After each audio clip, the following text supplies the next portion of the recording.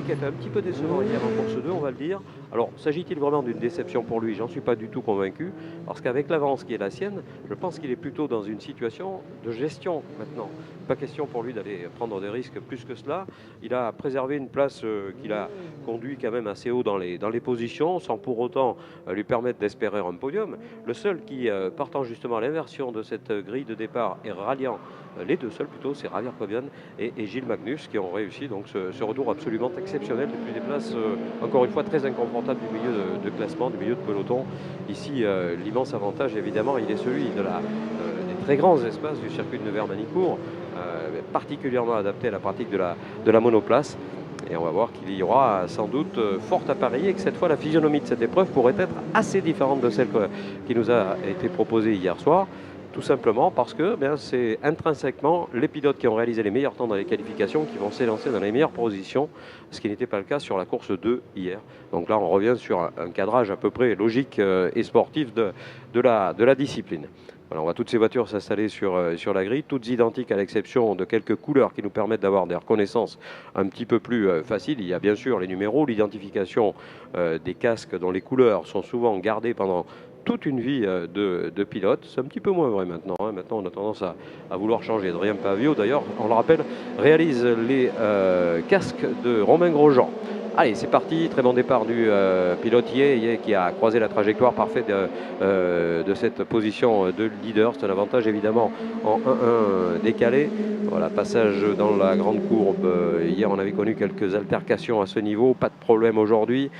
Estoril qui est un des juges de paix de ce tracé pour avoir un max de vitesse, particulièrement dans sa troisième partie, à cet endroit où arrivent maintenant les voitures, amenées toujours par le Chinois, soutenu par Gilles Magnus qui a réussi un très bon départ. La course qui se met en place, me semble-t-il, en tout cas comme ça, de manière très logique, alors qu'attention à Quaco, peut-être sur l'extérieur de cette grille de départ, une attaque magnifique là, de Javier Cobian qui s'était vu un petit peu débordé sur l'extérieur justement. On allume un petit peu l'écumeau, mais pour l'instant cela reste raisonnable, sachant qu'évidemment l'ennemi dans ce genre de situation, c'est de faire un contact en pleine ligne droite là, entre deux voitures. Heureusement, les pneus ne se sont pas engrainés, sinon ça aurait pu avoir des effets un petit peu catastrophiques, pour pas dire franchement dangereux. Là, je suppose qu'on va peut-être revoir cette image et sans doute s'inquiéter un petit peu d'une attitude qui m'a semblé un petit peu hardie. Bon, mais ça, on a des juges arbitres qui sont là pour vérifier, ils sont beaucoup plus compétents qu'on ne peut l'être. C'est vrai qu'on n'a pas du tout envie que ces gens se fassent mal. Ils sont très jeunes, 15, 16, 17 ans pour la moyenne d'âge affichée cette année, avec des possibilités de redoubler naturellement dans la discipline. D'ailleurs, il est quasiment impensable aujourd'hui, ce qui fut le cas pourtant à une époque, de gagner dès sa première participation. À une époque, en Formule Renault, on disait il y a une année pour voir, une année pour gagner. On va revoir cette image qui est quand même assez pathétique, un petit peu difficile, là, d'un pilote à la troisième position qui a essayé clairement d'expédier son petit camarade dans les décors. À cette vitesse, c'est quand même pas cool. Je pense qu'il va y avoir quelques réprimandes au moins. Allez, passage de Yeh avec la première position. On escalade les vibreurs, mais pas trop tout de même, avec une monoplace qui a des trains avant particulièrement fragiles. Pour l'instant, en tout cas, les écarts ne se font pas de manière si importante que cela. On va même les mesurer pour parler d'un écart inférieur à une seconde pour l'instant entre Yeh et puis Magnus, le pilote belge. À l'arrière, on retrouve Javier Cobian, Théo Quaco, bien parti, Michael Ben Yahya. On est resté finalement dans l'ordre de la grille de départ à quelques exceptions près. Une place de gagné pour Jean, une place de gagné, même deux pour Hugo Chevalier. Suivons bien cette ascension carcosique, par contre, est décidément en délicatesse dans les premiers tours. Il faut vraiment qu'il travaille ce domaine, le Polonais, qui pour l'instant a rétrogradé à la 11e position du classement général. Et Kasper Rose a perdu encore un petit peu plus de place. Et regardez le potentiel de Karkozik. On en parle souvent, alors peut-être trop, je ne sais pas grave.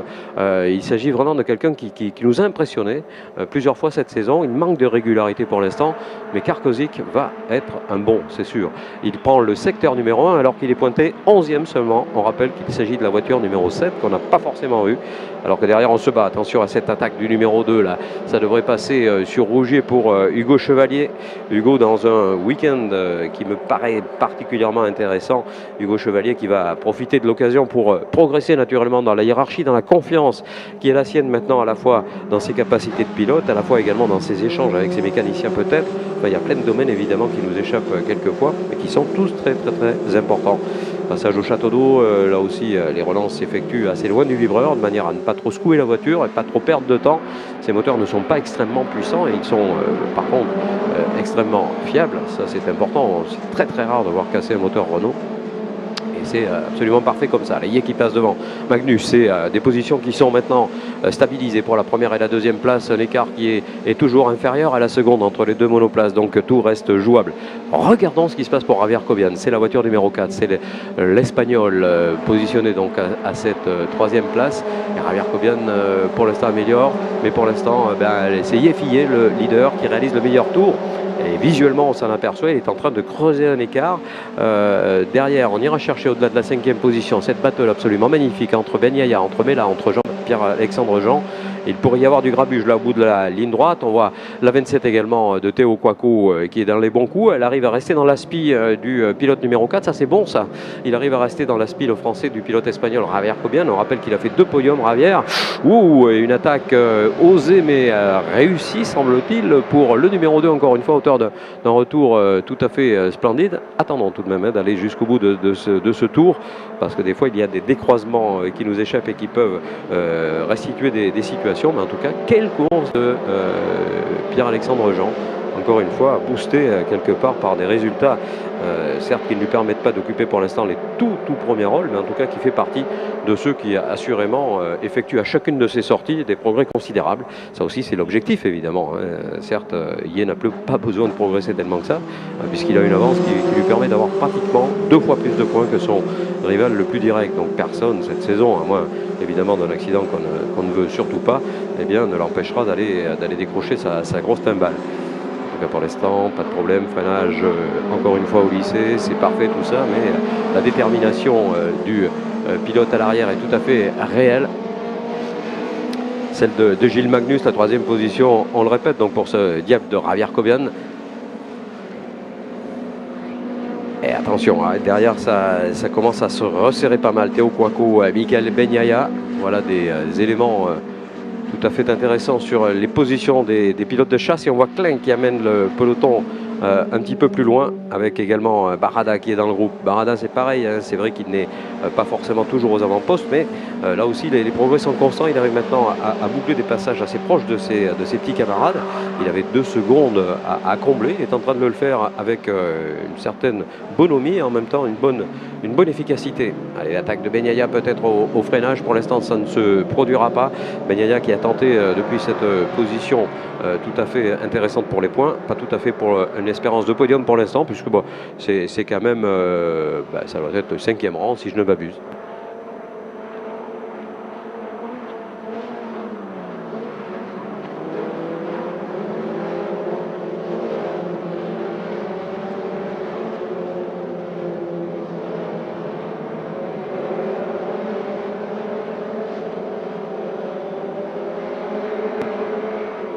Voilà, pour l'instant, c'est une certaine stabilité qui est proposée. Ben Yaya ne trouve pas d'ouverture pour l'obtention de cette 4e position qui pourrait lui être dévolue s'il arrivait à trouver un petit trou de souris que pourrait lui offrir Théo Kouakou, mais c'est pas le genre de la maison, il n'est pas là pour ça bien sûr.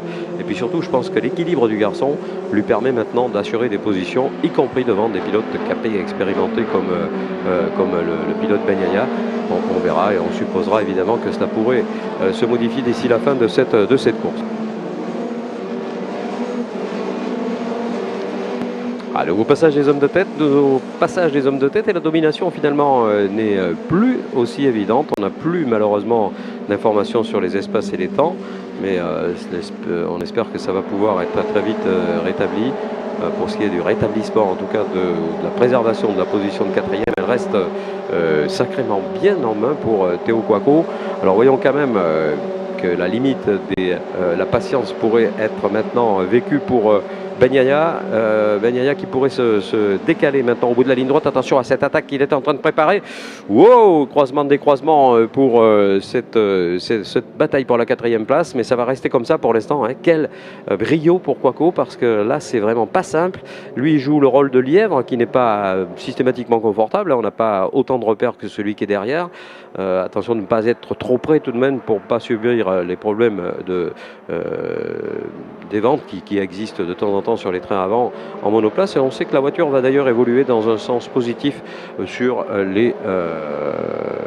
l'aéro qui joue un rôle déterminant. Et d'ailleurs, une des écoles majeures dans cette discipline, elle est celle justement de pouvoir transmettre des sensations, des sensibilités à ces mécaniciens, à ces ingénieurs, en disant voilà, c'est tout simplement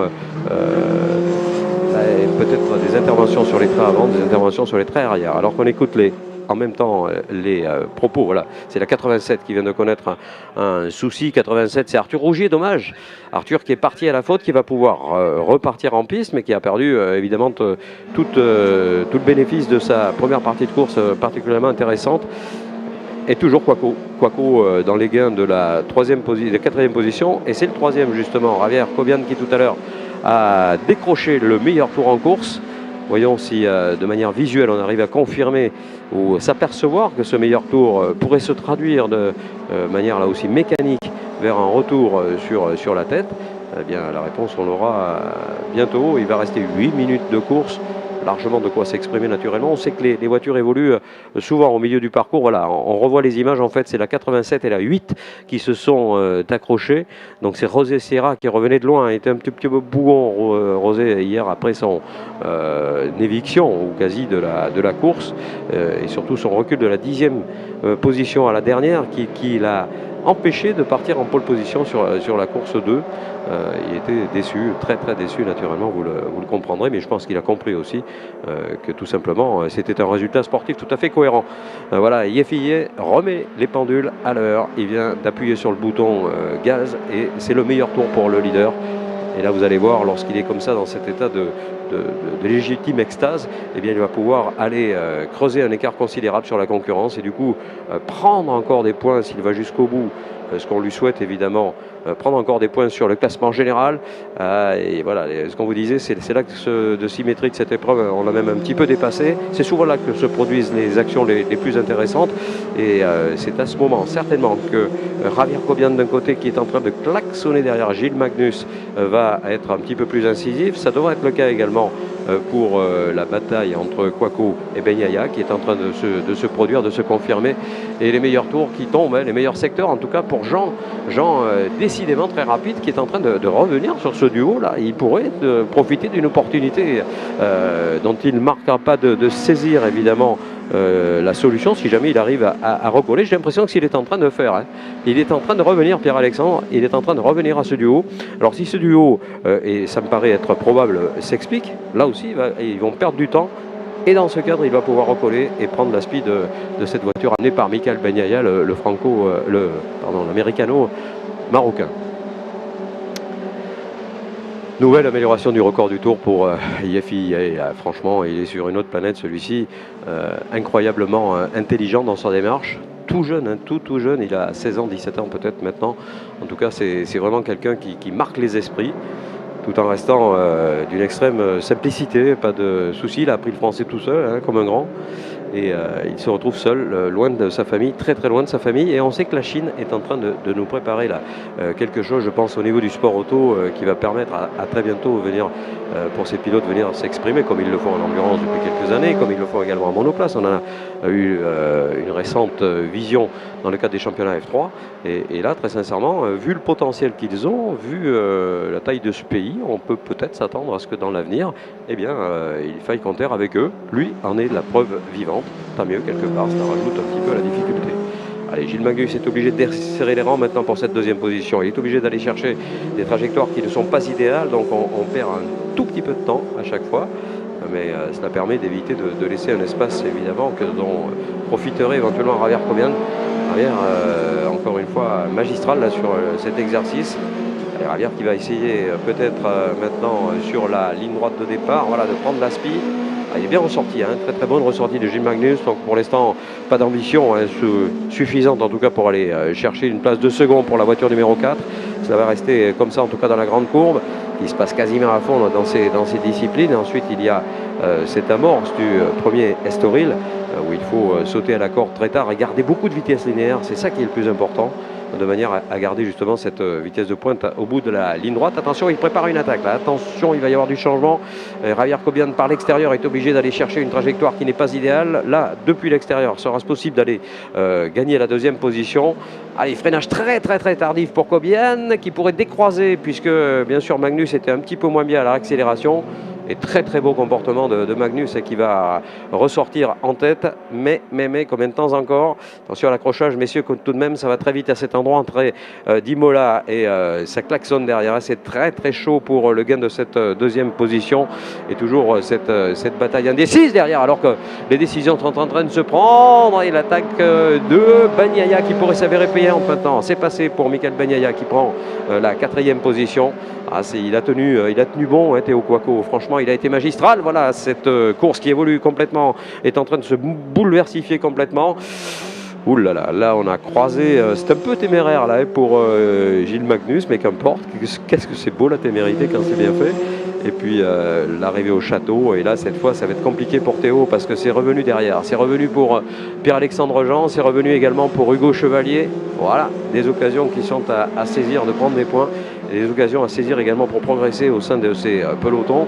Et des changements qui vont intervenir. On vous l'a dit, dans la deuxième partie de course, on est habitué à ce genre de situation. Pour l'instant, pas de changement pour le gain de la deuxième position. Ça vient de changer pour celui de la 4e, avec Bagnaia qui va s'échapper maintenant. Signe qu'il était sans doute un tout petit peu retenu par Théo. Et Théo, sous la menace extrêmement directe, Théo Kouakou qui sur la menace extrêmement directe du pilote numéro 5 maintenant. Quelle angoisse, j'imagine, pour préserver une course qui aura été jusqu'ici absolument parfaite, 3 minutes avant la fin du temps réglementaire. Et Yeffier qui va sans doute remporter une nouvelle victoire au compteur de ce pilote. C'est absolument incroyablement génial pour lui.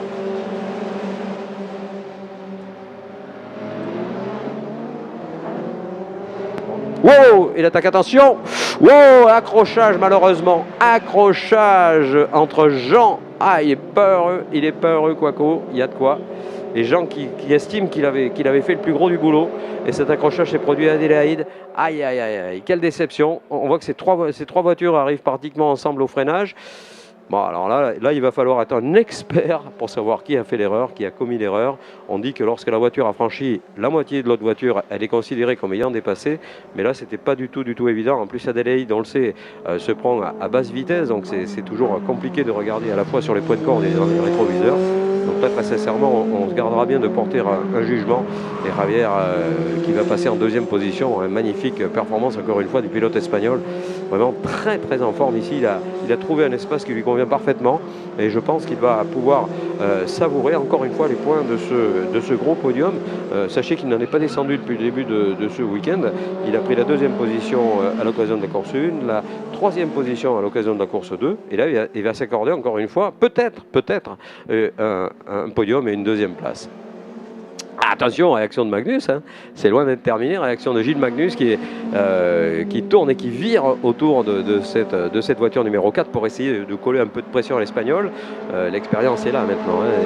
On n'est pas si impressionnable que ça n'est pas si facile. Et tant mieux quelque part, hein. C'est un peu oh, j'ai aperçu un petit brin de fumée sur une des voitures. Alors s'agit-il d'un vibreur qui était poussiéreux? En tout cas, la voiture numéro 16 de Magnus, non, ça va, ça a l'air d'aller, pas de soucis, pas de fumée qui s'échappe de quelque endroit que ce soit, et tant mieux.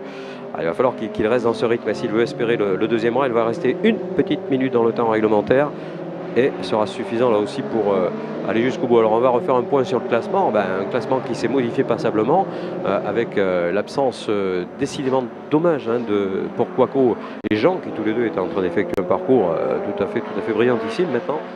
On est allé taquiner la limite, alors encore une fois les deux l'ont taquiné, donc à mon avis il n'y aura pas autre chose qu'un fait de course.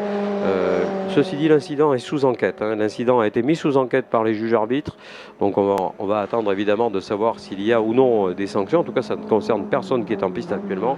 Donc là, le classement, on peut l'annoncer pratiquement, il reste 20 secondes dans le temps réglementaire.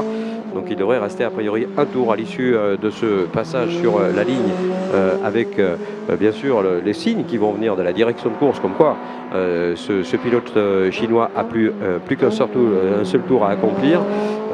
Signe qui va être voilà, passé, c'est fait pour ce dernier tour pour le leader à 1 seconde près d'ailleurs, hein, c'était un autre 2 tours, on annonce 2 tours, donc ça a dû être et retour, bon, pardon. Donc ça, c'est bien ce qui nous était apparu. Effectivement, c'est le dernier tour. Herbert Kobian regarde dans ses rétros, il se dit Gilles Magnus sera-t-il en quête d'aspiration pour essayer d'aller chercher la 2e place? Je pense pas qu'il aille tenter quoi que ce soit. Il est un petit peu loin. Ça serait évidemment terrible si jamais ça se terminait comme ça s'est terminé tout à l'heure avec les 2 autres voitures.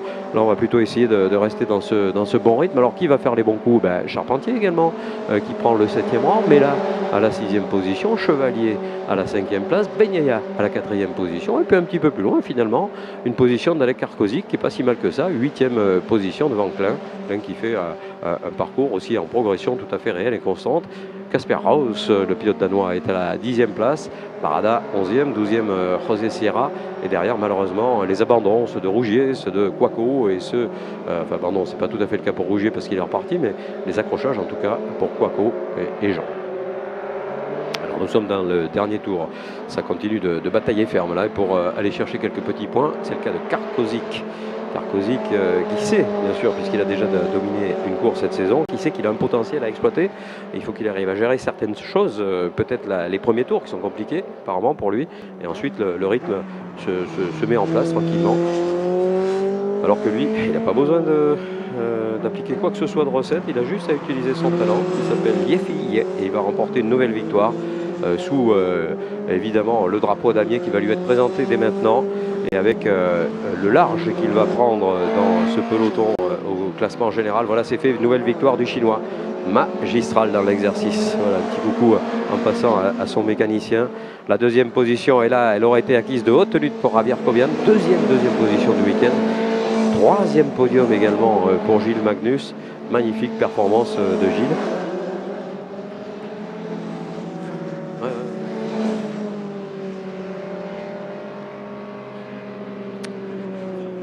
Et donc au-delà de ces positions du podium, eh bien, on retrouvera les gros points marqués par Michael Benyaya. On saluera également quelques performances qui ont été mises en avant par des situations comme Hugo Chevalier, on l'a dit, et comme beaucoup de ces pilotes. Pour l'instant, on a perdu encore une fois les écrans de chrono, donc désolé, on n'aura pas la liste exhaustive de ces classements. En tout cas, ce qu'il y a de sûr, c'est qu'on va se retrouver dans quelques instants et puis savourer encore une fois, hein, comme il nous le fait savourer depuis le début de la saison, l'hymne chinois dans quelques instants.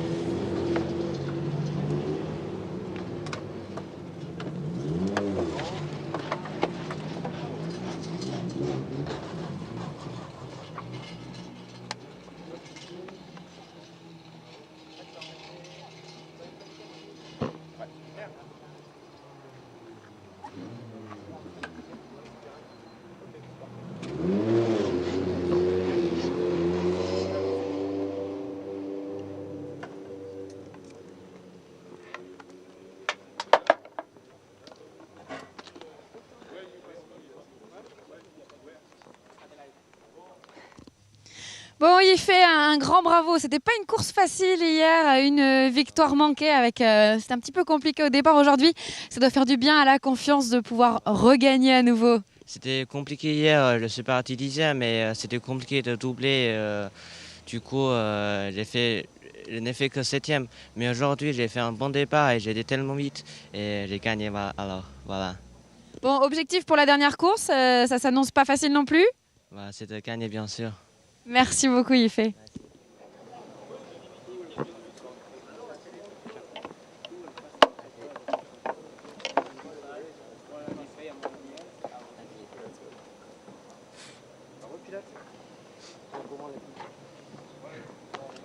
Bravo. Ils sont bien les pneus.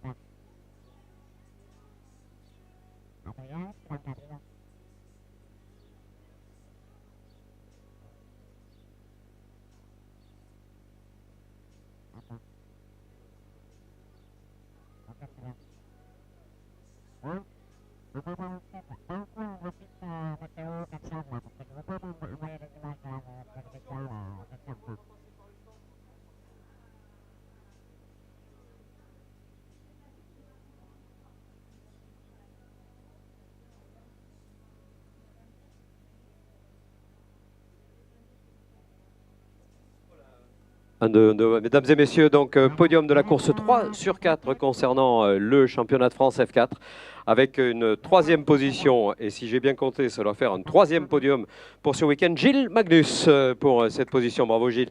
Très très beau parcours, encore une fois, belle résistance offerte pendant toute une partie de l'épreuve à un pilote espagnol qui aura fait un week-end extrêmement éclairé et qui va du coup s'installer une nouvelle fois sur ce podium et pour la deuxième fois sur la deuxième marche, donc ça c'est bon pour les points. Javier Cobian, bravo Javier. Et enfin une victoire, mesdames et messieurs, là aussi encore une, on collectionne les trophées. Yefi, yeah, bravo Yefi, encore une fois pour cette victoire exceptionnelle. Là, je pense que l'avance qu'il a prise au championnat va devenir un petit peu insolente. On va délaisser nos casquettes Kumo quelques instants. Jacques, pas d'hymne. Hein. Ah, pas d'hymne, oui. D'accord. Petit souci technique, donc désolé. Sorry, no anthem, sorry. Voilà, donc nous allons procéder à la remise des récompenses avec Bernard Sab pour les couleurs de Kumo justement, qui va s'emparer du trophée de 3e et elle a récompensé cette excellente place pour le pilote Magnus. On rappelle qu'il y a une course encore à vivre ce soir, c'est nous qui tirerons le rideau de cette épreuve. Pour récompenser Javier Cobian, c'est Guillaume Le Goff qui va aux couleurs de l'Autosport Academy aller saluer et récompenser cette deuxième position, oui absolument, du pilote Javier Cobian. Aux couleurs d'Estrella Galicia qu'on connaît bien dans le sport moto et c'est Karen qui est aussi responsable de la mécanique du pilote leader. Ça aussi c'est très important de voir que des jeunes femmes s'intéressent à cet élément-là qui va à double titre récompenser le pilote Yé puisqu'il est gagnant. Jacques, on peut vous mettre l'hymne si vous le souhaitez. Ah ben écoutez, si vous le voulez bien, je pense qu'on va le faire. The anthem, no, sorry. Donc please. Ouais, allons-y pour l'hymne s'il vous plaît.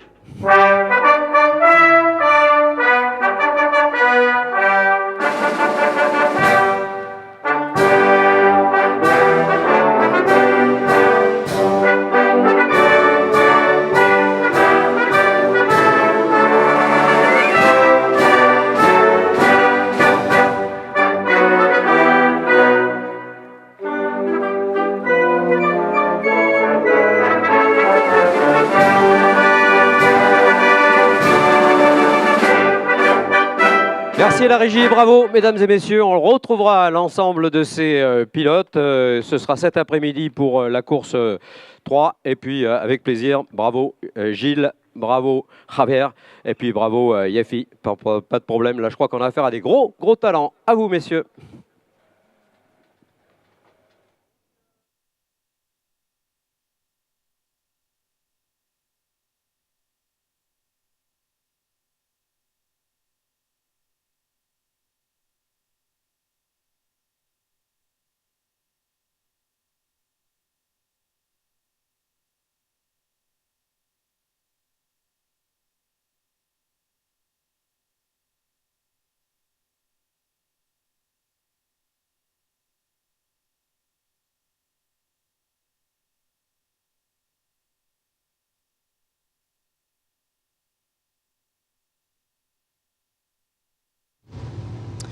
Voilà pour cette troisième course du championnat de France. F4 derrière moi, vous le voyez dans quelques instants, la grille de départ de la première course du championnat d'Europe des voitures de tourisme, la Coupe d'Europe même des voitures de tourisme avec l'ensemble de ces autos qui s'apprêtent à partir pour s'installer sur la grille. On va justement faire un petit focus sur ce qu'est la Coupe d'Europe des voitures de tourisme qui nous rejoint ce week-end.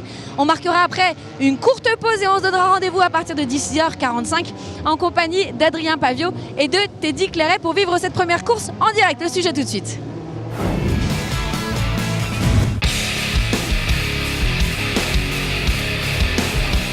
Le TCC, c'est en fait le championnat d'Europe de voitures de tourisme. C'est un championnat qui est siglé FIA et qui se positionne entre le championnat du monde, qui est vraiment au sommet de la pyramide, et les séries nationales circuits. C'est un championnat qui se déroule sur 6 épreuves, et ce avec 2 catégories. Les Super 1600 roulent avec des moteurs maximum 1600 cm3 atmosphériques, avec des roues de 15 pouces, donc ce sont des voitures avec une préparation assez basique qui permet de vraiment contenir les coûts.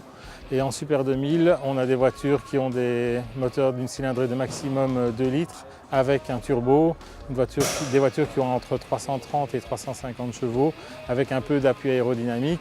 Et ça les rapproche plus des voitures en spécificité championnat du monde, justement pour permettre aux pilotes d'apprendre et de comprendre les sensations d'une voiture de tourisme. Apprendre et comprendre pour se hisser vers le plus haut niveau, c'est l'objectif d'Andreas Rinke. Cet Allemand de 30 ans dispute cette année sa première saison en ETCC après une deuxième place dans son championnat national en 2015. Et pour lui, les voitures de tourisme sont plus qu'un choix, une philosophie. Nous n'avons pas d'assistance, tout repose sur les pilotes dans ces voitures et c'est ce que j'aime. Il y a beaucoup de bons pilotes ici, il y a beaucoup de bagarres en piste aussi, c'est toujours très loyal et c'est vraiment fun. Avec une monoplace, c'est impossible d'aller au contact, mais avec ce type de voiture, il n'y a aucun problème. Lui a fait le choix des voitures de tourisme à l'âge où nombre de ses petits camarades ne rêvent que de monoplace. Un choix qui s'est avéré payant d'entrée de jeu. Et pour cause, à seulement 21 ans et pour sa première année dans la discipline, Chris Richard entame la dernière ligne droite du championnat en leader de la catégorie Super 2000 avec déjà 4 victoires à son compteur. Ça a toujours été un rêve pour moi de rouler dans des voitures de tourisme, mais je n'imaginais vraiment pas pouvoir être aussi rapide avec ce type de voiture. Mais jusqu'à maintenant, on fait vraiment du bon boulot avec l'équipe et on peut vraiment être content de nos résultats. Tout ce qui va se passer à partir de maintenant, si ça marche, ça ne sera que du bonus. On verra bien.